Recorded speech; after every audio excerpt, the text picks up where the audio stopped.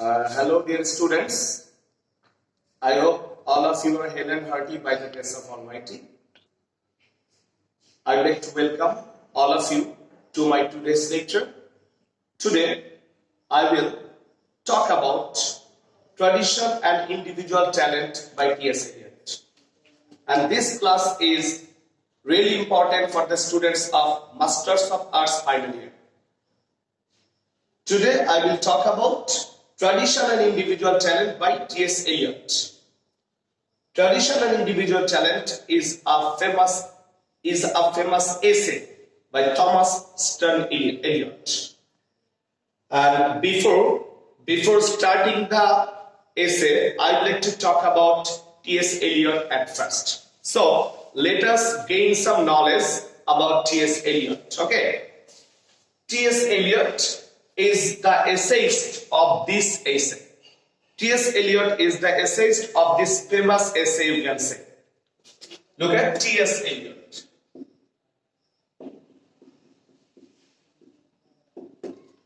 Here, T means Thomas. S means Stearns. Eliot. Thomas Stearns Eliot. Thomas Stearns Eliot is an American-British poet, essayist, playwright, publisher, and literary critic. This versatile genius was born in 1888 in the United States of America, and this prominent writer died in 1965 at the age of 76. Now I'd like to tell you something more about his life. In 1914, that means at the beginning of First World War, he moved to UK. He moved to UK, that means United Kingdom, and decided to settle there. And after settling there, he started writing and started his conjugal life even. In 1927, he was given the citizenship of England, and subsequently he renounced the citizenship of the USA. And in 1930s and 40s, he started writing profoundly in almost all the branches of English literature. He has touched the branches named poetry, play, essay, and he is also a famous publisher, and most importantly, he is a famous literary critic. He is mostly famous for his poems and literary critiques, but he is also famous in terms of poetry, essay, and play. Now, I'd like to talk about some of the famous writings of T.S. Eliot. As I have mentioned earlier that T.S. Eliot is mostly famous for his poems.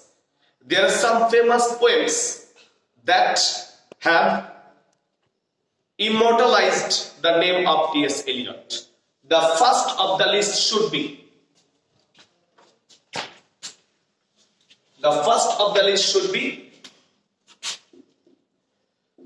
the love song of J. Alfred. The love song of J. Alfred Prufrock.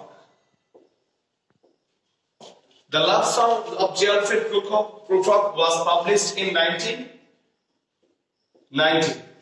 And this is a masterpiece. Actually, this is a masterpiece for modernist movement. This is a masterpiece for modernist movement. Excuse me. This poem is called a masterpiece for modernist movement, and this poem was published in 1990.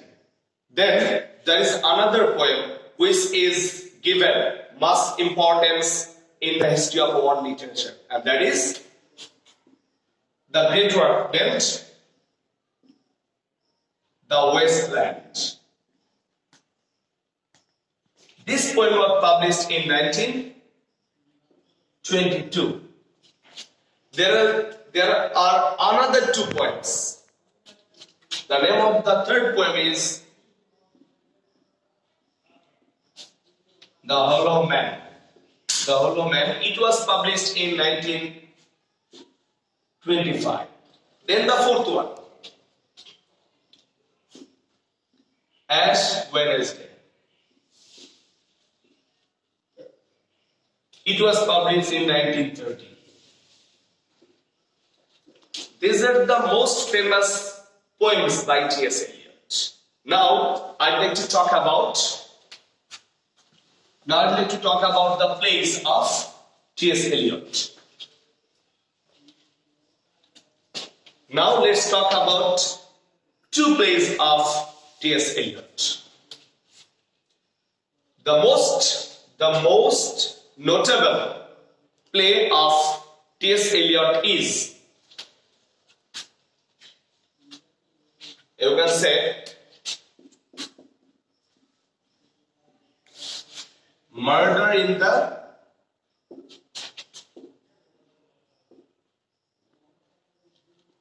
Cathedral, and it was published in 1935. There is another famous play by T.S. Eliot, and that is,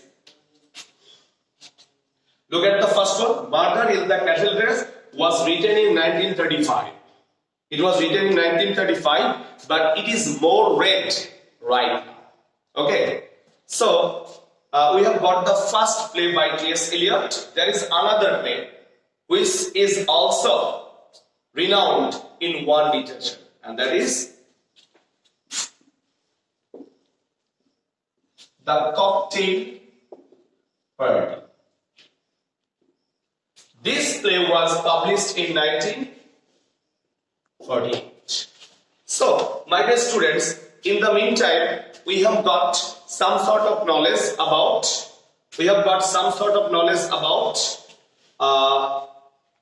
the poems and plays of T.S. Eliot. Now I'd like to talk about the awards or achievement of T.S. Eliot. T.S. Eliot was awarded Nobel Prize in Literature in 1948 because of his contribution to literature. He was awarded with Nobel Prize in 1948 because of his excellent contribution to the field of literature.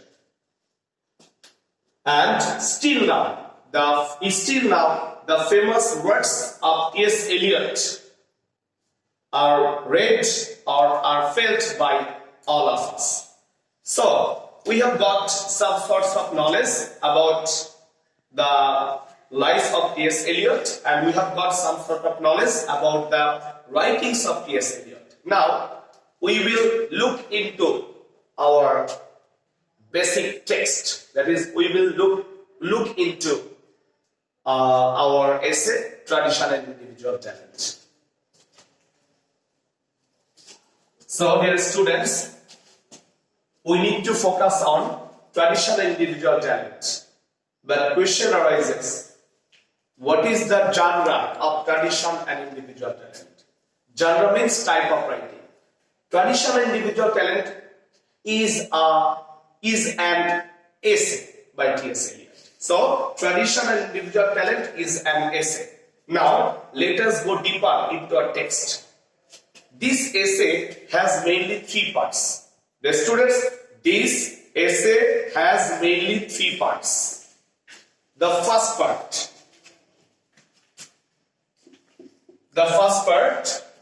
deals with the first part of the essay deals with the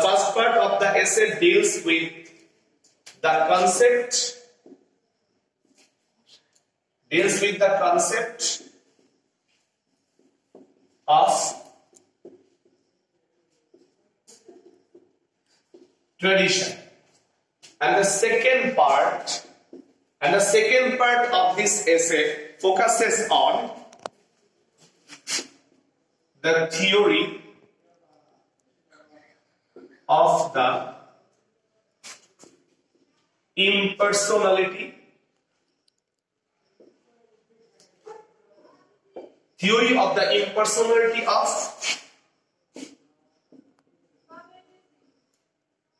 poetry. The first part of the essay is about the concept of tradition. The second part of the essay is the theory of the impersonality of poetry.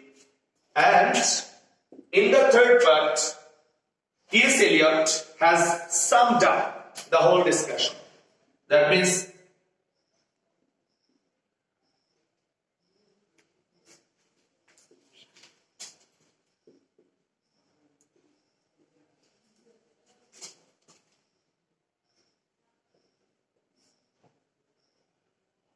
summing up the whole discussion. These are the third part. These are three parts of this essay. Now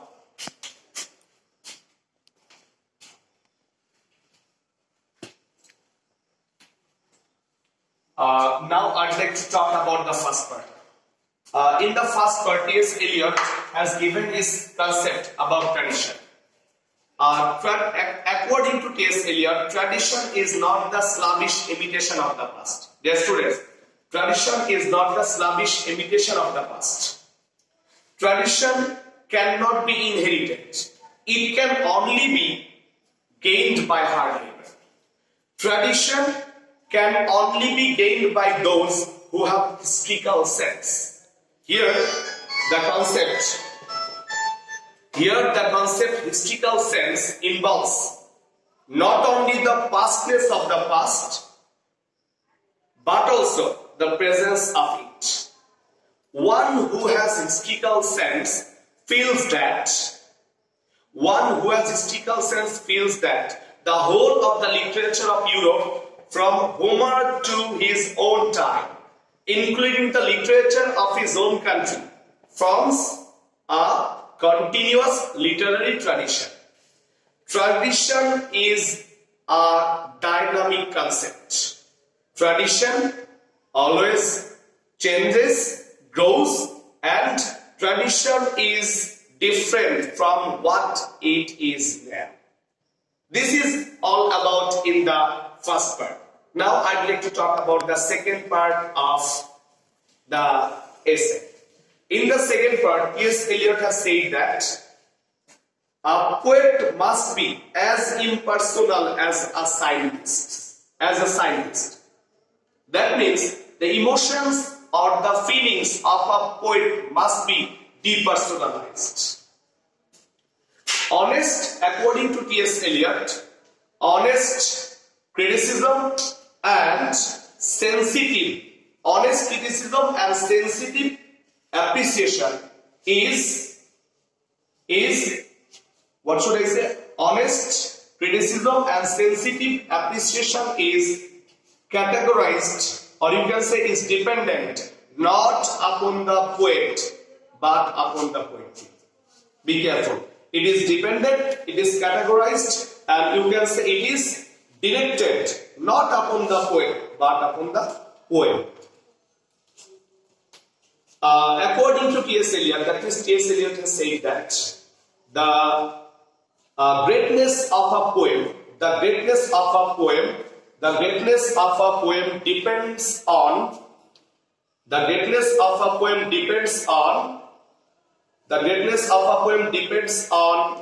the intensity of the process of poetic composition. That's why we can say that poetry is an organization rather than an inspiration. In other words, we can say that the emotion of a poetry is different from the personal emotion of the poet. In the second part, T.S. Eliot has said all of this. Now, I'd like to talk about the third part of this essay. In the third part, that is in the concluding part, Eliot concludes by saying. This is an important line. Look at Eliot concludes by saying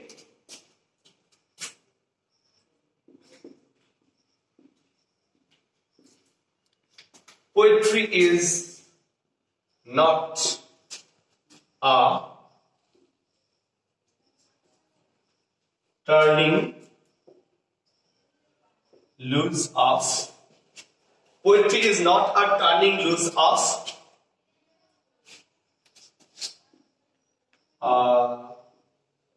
poetry is not a turning loose of emotion.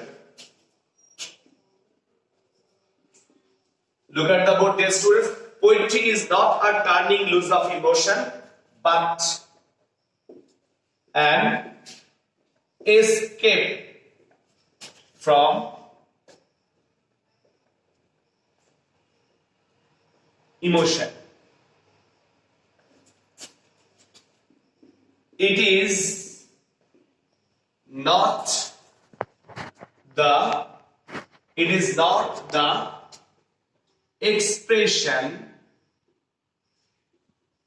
It is not the expression of an emotion.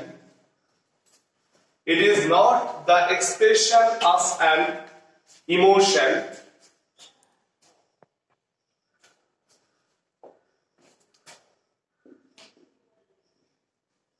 but an escape from emotion.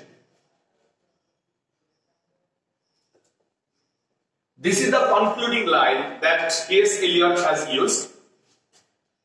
Poetry is not a turning loose of emotion, but an escape from emotion. It is not the expression of an emotion, but an escape from emotion. This is the concluding line. That means Eliot concludes by saying this line. Dear students, we have come to the concluding part of our lecture. In the meanwhile, we have learned that T.S. Eliot has mainly discussed three parts in this famous essay, Tradition, Individual Talent. In the first part, he has talked about the concept of tradition. In the second part, he has talked about the theory of the impersonation of poetry, and in the last part, he has summed up the whole discussion in the first and second part. This essay is a message to the poet. This essay is a message to the poet. And what is the message? A poet can create poetry or compose poetry not living in isolation. If a poet wants to, according to T.S. Eliot, if a poet wants to create or compose poetry, he has to take the consideration of the existing trend right from the classical literature.